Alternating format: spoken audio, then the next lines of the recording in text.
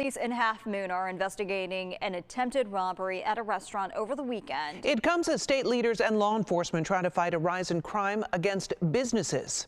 According to the State Division of Criminal Justice Services, the number of robberies, burglaries, and larcenies in the capital region increased last year compared to the year before. State lawmakers and business leaders calling on Governor Kathy Hochul to sign a bill that would create a task force to study ways to reduce retail crime. Customers at the Halfmoon restaurant decided to take matters into their own hands. News 10 ABC's Juliana Bruno has the latest on the investigation.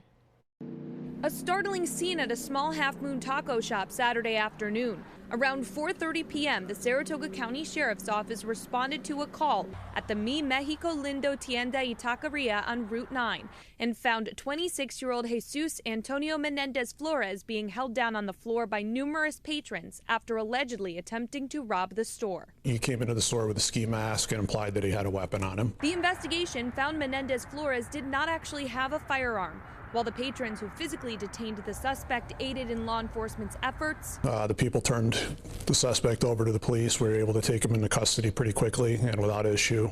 Captain Morley from the Sheriff's Office wants to advise the public. It's better to be a good witness than an injured Good Samaritan, and I think that holds true.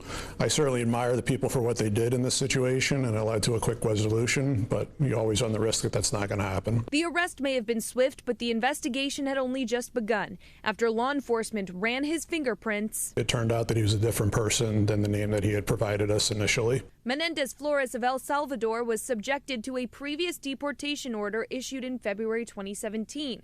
Saratoga County Sheriff Michael Zerlo says they notified Immigration and Customs Enforcement, or ICE. The sheriff added that he learned Menendez-Flores had been arrested numerous times in Maryland, including twice after the deportation order was issued. Zerlo said one of these arrests was for a robbery and one was for probation violation. A portion of a statement from Sheriff Zerlo reads, quote, "He was clearly allowed to continue his criminal behavior in New York and put innocent civilians and law enforcement in harm's way. This is unacceptable, period." Menendez-Flores was arraigned and charged with robbery in the first degree. He's currently over in the Saratoga County Jail on bail, bond, or partially secured bond pending further action in the matter. Reporting in Halfmoon, Juliana Bruno, News 10, ABC.